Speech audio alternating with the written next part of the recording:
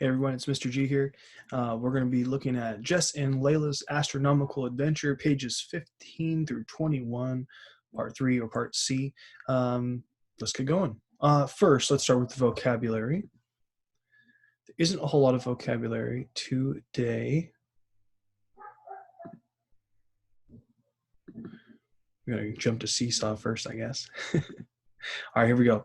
Our first vocabulary word for this section is inspiration. Inspiration means influence or motivation. And the example would be like this. Carlton is my inspiration to learn how to fly. Number 2 is disbelief. Excuse me. Disbelief is astonishment or surprise. The example is, I was in disbelief when I checked the refrigerator to find no Baja Blast left. I'm actually running pretty low. I need to go to the store soon. Okay.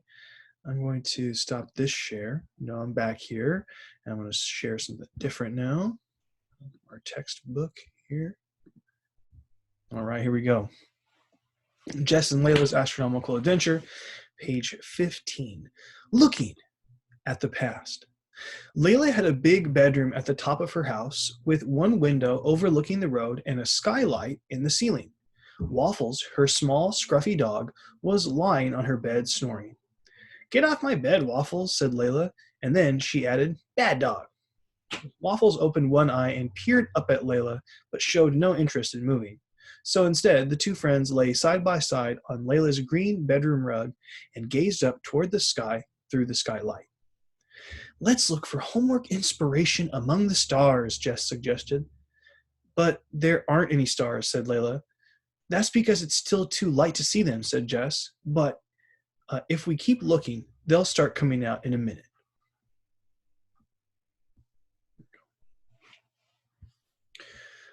The longer the girls lay on the rug, the darker the sky became, as one little star blinked into view, followed by another, and then two more. Soon the whole sky was freckled with tiny pinpoint lights. Waffles snored loudly from the bed beside them. Did you know we're really looking at the past when we look up at the stars? Said Jess dreamily. But we're looking at the stars now, Layla said, confused. And now isn't the past. Stars are millions of light years from Earth, though, explained Jess. Some of the stars we're looking at don't even exist anymore because they exploded a million years ago, and we're only just seeing the light. So we're looking at the past. How fast does light travel? Layla asked. About 186,000 miles per second, said Jess. How many seconds is there in a year? 31,536,000, Jess answered. She loved science facts. So if light travels at 186,000 miles per second and there are 31,536,000 seconds in a year, Layla could feel her brain frying as she tried to imagine how far light traveled in 1 year. She didn't dare try to imagine millions of light years. Wow, she said, feeling a little weak. It's cool, right? Said Jess. I wish we really could go back in time, said Layla. I would find all those old astronomers and show them everything we know about the solar system today.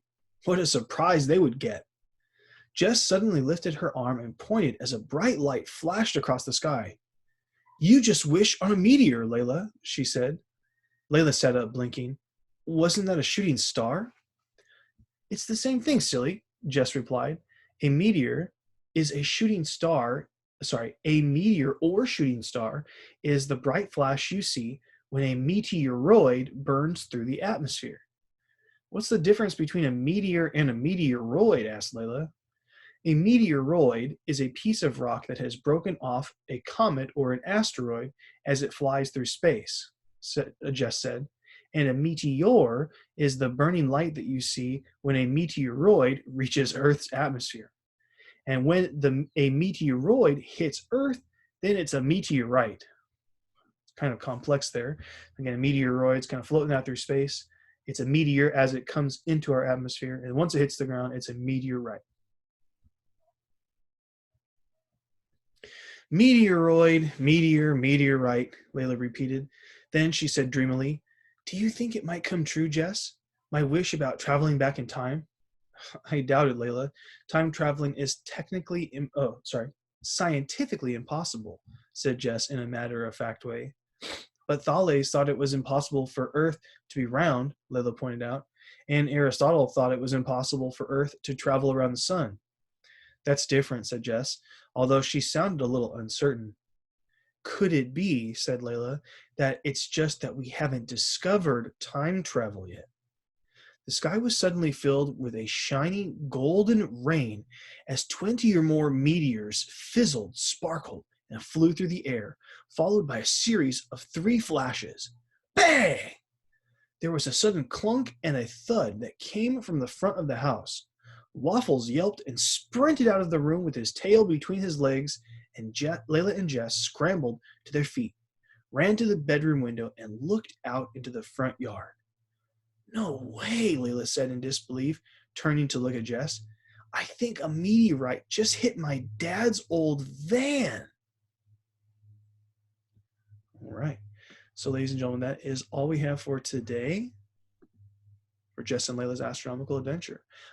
Check out that close read question. I think there's only one today. Use the race strategy if you need to, and I'll talk to you later. Have a good one.